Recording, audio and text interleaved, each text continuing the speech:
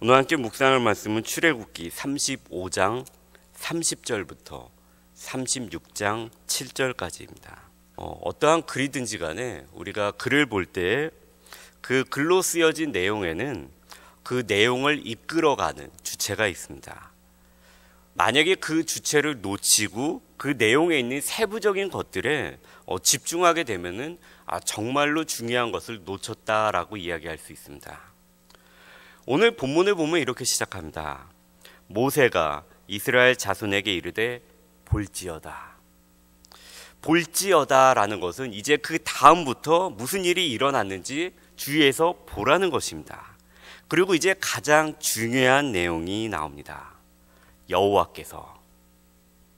여호와께서 부살레를 지명하여 부르시고 하나님의 영을 그에게 충만하게 하시고 여러 가지 일을 하시고 기술을 고안하게 하시고 정교한 일을 하게 하시고 오할리압을 감동시키사 여러 사람을 가르치게 하시고 지혜와 총명을 주셨다는 것입니다.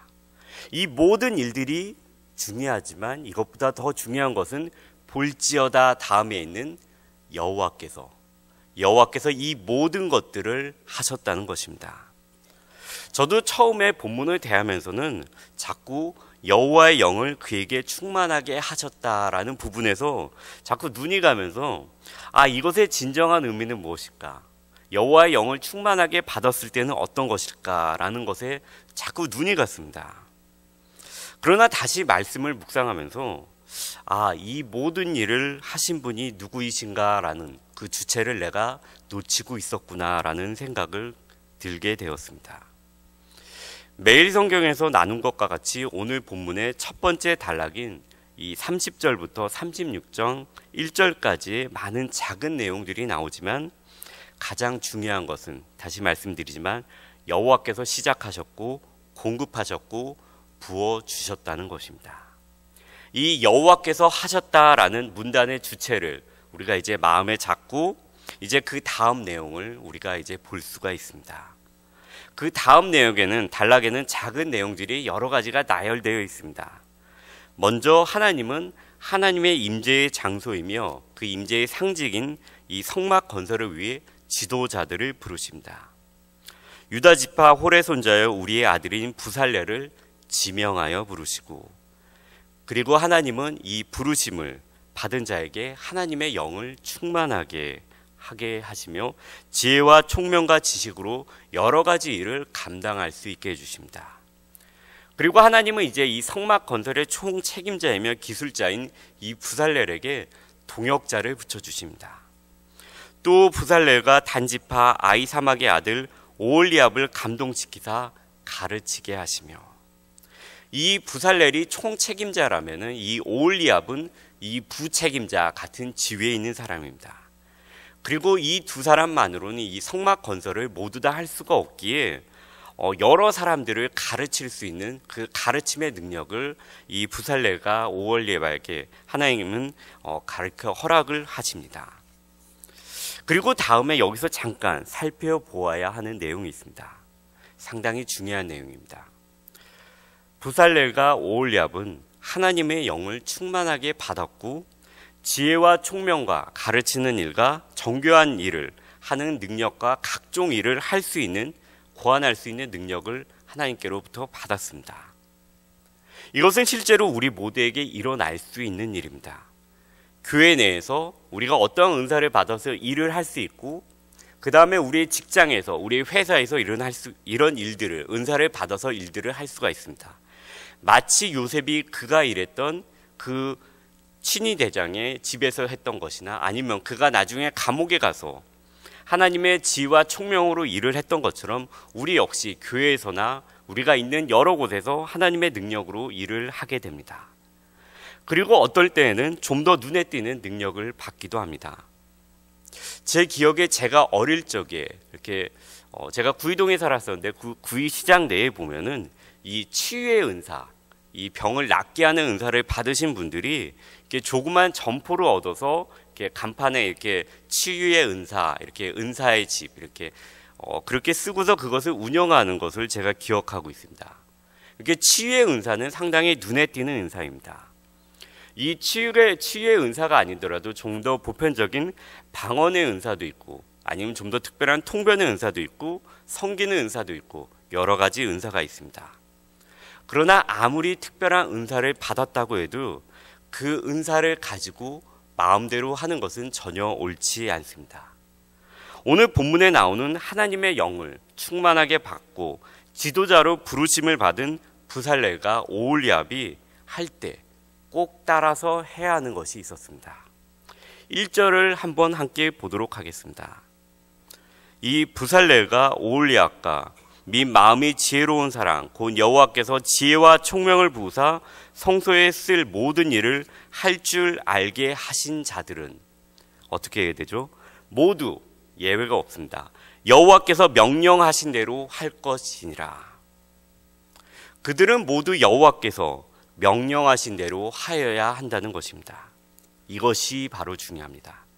그들은 위대한 능력을 받았기에 일을 잘할 것입니다. 여러 뛰어난 능력을 발휘하게 될 것입니다.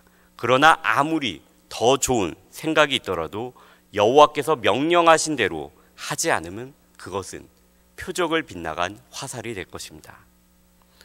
우리에게 가장 쉽게 다가올 수 있는 예는 이스라엘의 첫 번째 왕인 사울이 될 것입니다. 사울은 왕으로 부르심을 받았을 때 하나님의 영이 그에게 크게 임하셨습니다. 그들이 산에 이를 때 선지자의 무리가 그를 영접하고 하나님의 영이 사울에게 크게 임함으로 그가 그들 중에서 예언을 하니, 하나님의 영이 충만하게 임한 사울입니다. 그러나 그는 얼마 지나지 않아 표적을 맞추지 못한 화살처럼 하나님의 말씀대로 하지 않는 죄를 범하게 됩니다. 바로 아말렉과의 전투에서 그는 하나님의 명령을 지키지 않게 됩니다. 하나님의 말씀대로 행하지 않는 그를 볼 수 있습니다.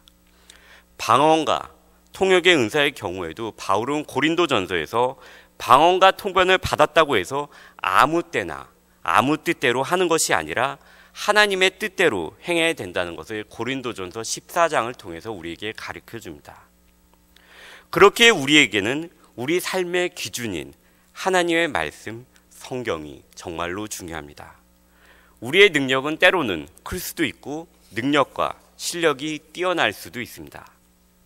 그러나 이 모든 것은 오늘 본문의 말씀과 같이 모두 여호와께서 명령하신 대로 행하여야 한다는 것입니다. 이와 관련해서 잠시 성막에 대해서 한번 생각해 보도록 하겠습니다. 성막은 그 당시 문화에서 신전, 신을 모시는 신전과 같았습니다. 만약에 우리가 사는 시대에 여러분들이 각자, 그리고 저도 어떤 집을 건설하는 건축회사를 운영하고 있다고 생각을 한번 해보십시오. 어떤 돈 많은 부자가 내가 땅도 있고 돈도 마음껏 줄 테니까 한번 이 시대에 좋은 집이라고 생각하는 집을 지어 보십시오라고 우리에게 주문을 맡겼을 때 어떻게 짓겠습니까? 거기에 그냥 2베드룸의 작은 집을 짓고 카페트도 그냥 싸구려 카펫을 갈고 그 앞에 잔디도 별로 하지 않고 나무도 심지 않았다면 나중에 그 건설을 맡긴 사람이 와서 이것이 이 시대에 사람들이 얘기하는 화려한 집입니까? 라고 우리에게 물어볼 것입니다. 왜냐하면 화려한 집의 기준은 어떤 대리석도 좀 깔고 비싼 나무도 심고 잔디도 있고 수영장도 있고 하는 것이 좋은 집입니다. 마찬가지로 그 당시의 이스라엘 백성들 역시 그 당시의 유행과 사고방식에 따라서 생각하고 행동할 수밖에 없었습니다. 그럼 그 당시에 다른 나라의 신전의 규모는 어떠했을까요? 모두 크고 웅장했습니다. 신으로 추앙받았던 파라오, 그 이집트에 있는 그 피라미드와 같이, 아니면 고대 이집트 신전, 고고학에 따라서 발견된 이집트 신전의 규모는 동서로 한 600m, 그 다음에 남북으로 2km 정도 되었습니다. 그리고 높이가 한 23m, 둘레가 이렇게 15m에 달하는 그 신전의 기둥들이 한 130개가 넘게 이렇게 쫙 있었습니다. 바벨론도 그랬고 그 당시에 있는 신전의 규모는 모두 다 크고 웅장한 것을 선호하는 것이었습니다. 이스라엘 백성들 역시 이것을 잘 알고 있었습니다. 그리고 아할리압과 부살렐 역시 기술자였기에 이것을 너무나도 잘 알고 있었을 것입니다. 그러나 우리가 알고 있듯이 성막의 규모는 50m, 25m 그렇게 크지 않은 규모였습니다. 내부도 그렇게 화려하지 않았습니다. 오늘 본문에 보게 되면은 이스라엘 백성들이 이 자원한 예물이 매일 아침마다 줄을 서서 너무나도 많이 바쳤습니다. 그래서 이 기술자들이 공사에 방해가 받게 되니까 이 자원하는 것을 중지시켜 주십시오라고 모세에게 요청하는 것이 나오게 됩니다. 만약에 그 당시의 문화를 따른다면은 이 모든 예물을 중지하지 않고 모두 다 받아서 금 장식도 좀 더 화려하게 놓고 금과 보석으로 가구도 만들고 기둥도 좀 이렇게 세우고 더욱 화려하게 신을 모시는 정말 장소같이 하나님이 임재하는 성막같이 꾸몄을 것입니다. 그렇게 하여 사람들이 볼 때도 좀 더 거룩하고 하나님을 모시는 장소는 적어도 이 정도는 돼야지 하고 느꼈을 것입니다. 그러나 하나님은 그런 것들을 허락하지 않으십니다. 하나님께서는 내가 이렇게 만들라 저렇게 만들라 하고 하신 그 규칙대로 그대로 명령하신 대로 지키라고 하십니다. 전혀 당시에 다른 나라의 신전과 비교해 볼 때 이 성막은 전혀 화려하지 않습니다. 규모도 작습니다. 그러나 이것이 바로 하나님께서 명령하신 것입니다. 그러나 이 명령대로 따랐을 때 성막 건설의 모든 일이 끝났을 때 하나님의 임재하심이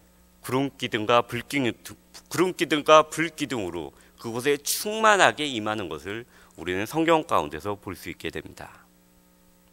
이것이 바로 중요합니다. 우리의 삶에서 나의 능력자 되시며 나의 공급자 되시는 주인 되시는 하나님을 우리가 인정하여야 된다는 것입니다.